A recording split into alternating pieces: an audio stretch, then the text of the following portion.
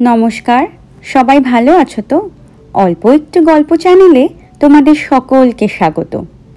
আমরা যে দেশেই থাকি না কেন, কিছু জরুরি কাজ তো থাকেই বলো, যেগুলোর জন্য আমাদের নির্দিষ্ট সরকারি দপ্তরে যেতে হয়। ইন্ডিয়াতে সরকারি অফিস বা সরকারি ব্যাংকের কাজকর্মের অভিজ্ঞতা তো আমরা সবাই জানি। আজ তোমাদের বলি আমেরিকার সরকারি দপ্তরে কাজের জন্য গেলে কেমন অভিজ্ঞতা হয়। চলো তাহলে এই সরকারি অফিসেরই কাজকর্ম নিয়ে আজকে অল্প একটু গল্প হয়ে যাক, কি বলো?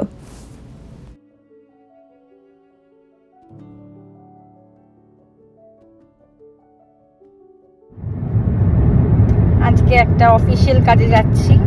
এই অফিসিয়াল কাজে যাওয়ার দিনগুলো আমার একদম পছন্দ হয় না, যদিও এখানকার সরকারি কাজকর্মগুলো একটু তাড়াতাড়ি হয়ে যায়, খুব বেশি লাইন করে না, লোক সংখ্যাটা একটু কম বলে। কিন্তু তাও আমার একদম এই ধরনের কাজকর্ম পছন্দ হয় না। যেতে তো হবেই, যেগুলো দরকার সেগুলো তো করতে হবেই। তাই চলো সেদিকেই যাওয়া যাক। মেঘ বৃষ্টি মাথায় নিয়ে বেরিয়ে পড়লাম আমার ভারী অপছন্দের কিন্তু খুব দরকারি একটা কাজে। আসলে ট্যাক্স ফাইলিং সংক্রান্ত একটা বিষয় আজকে এদেশের ট্যাক্স ডিপার্টমেন্টে যাচ্ছি। এখানে কিন্তু সকাল থেকে গিয়ে লাইন দেওয়ার কোনো বালাই নেই। তুমি অনলাইনে নিজের স্লটটি বুক করে নেবে এবং নির্ধারিত সময় অফিসে সব জরুরি কাগজপত্র নিয়ে পৌঁছে যাবে। কোন কাগজপত্র লাগবে তার লিস্টও ওয়েবসাইটে পেয়ে যাবে। অফিসের ফ্রন্ট ডেস্কে একটা টোকেন দেওয়া হবে। যেহেতু আগে থেকেই স্লট নির্ধারিত থাকে, তাই 5 থেকে 10 মিনিট ওয়েটিং এরিয়ায় বসলেই নির্দিষ্ট কাউন্টার থেকে ডেকে পাঠায়। এই যে আমি সামনে কিন্তু দরকারি কাজকর্ম চলছে, আমার তবু মন নেই। আমি চুপচাপ লুকিয়ে লুকিয়ে মোবাইলে ভিডিও করছিলাম। ঘন্টা দেড়েক পরে সব কাজকর্ম মিটিয়ে অফিসের বাইরে এলাম। কাজের অভিজ্ঞতা বেশ মসৃণ। প্রয়োজনীয় কাগজপত্রগুলি নিয়ে গেলেই বাকি সবকিছু সংশ্লিষ্ট অফিসার সুন্দরভাবে বুঝিয়ে করিয়ে নিলেন। একটা ব্যাপারে তো আমার বেশ কয়েকবার ভুল হচ্ছিল। বুঝিয়ে বলতে উনি কিন্তু একটুও বিরক্ত হলেন না। সত্যি, সব দেশেই সরকারি কর্মীরা কাজে আসা মানুষের সাথে এমন সুব্যবহার রাখবেন, মানুষকে সঠিক কাজের পদ্ধতিটা সম্পর্কে একটু সাহায্য করবেন, এটুকুই তো আমাদের মতো জনসাধারণের কাম্য। আর তাহলেই সরকারি দপ্তরে কাজের বিভীষিকা থেকে মুক্তি। আমার অফিসিয়াল কাজ যেটা ছিল সেটা হয়ে গেছে।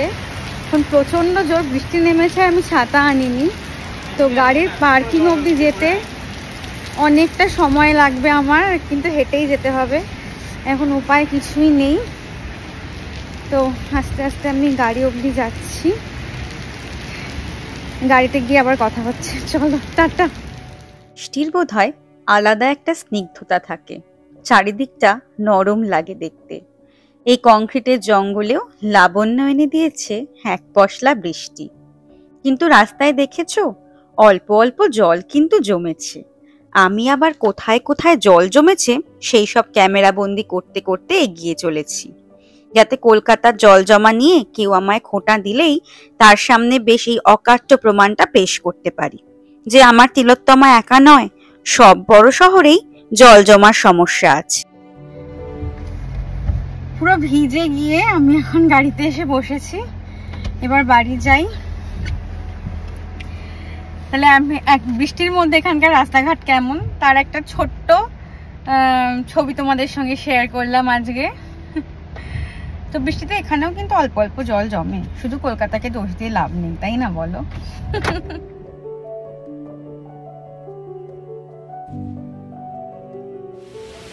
প্রচন্ড বৃষ্টি পড়ছে বাইরে এখন। বাইরেটা তোমাদের একটু দেখাতে আনলাম, দেখো কেমন লাগে। এই বৃষ্টিতে আমার চেনা গাছপালা, সামনের রাস্তাটা, আমার পছন্দের লেক, ঝর্ণা সবকিছু যেন একটু বেশি সুন্দর লাগছে। তাই বারান্দায় দাঁড়িয়ে আছি একা একা। আকাশের মুখ তো ভালোই ভার, বৃষ্টি বেশ অনেকক্ষণ চলবে মনে হচ্ছে। আজ আমি ভিডিওটা এখানেই শেষ করি। তোমরা সবাই অল্প একটু গল্পের সঙ্গে থেকো প্লিজ। আজ আসি, সবাই ভালো থেকো, টাটা।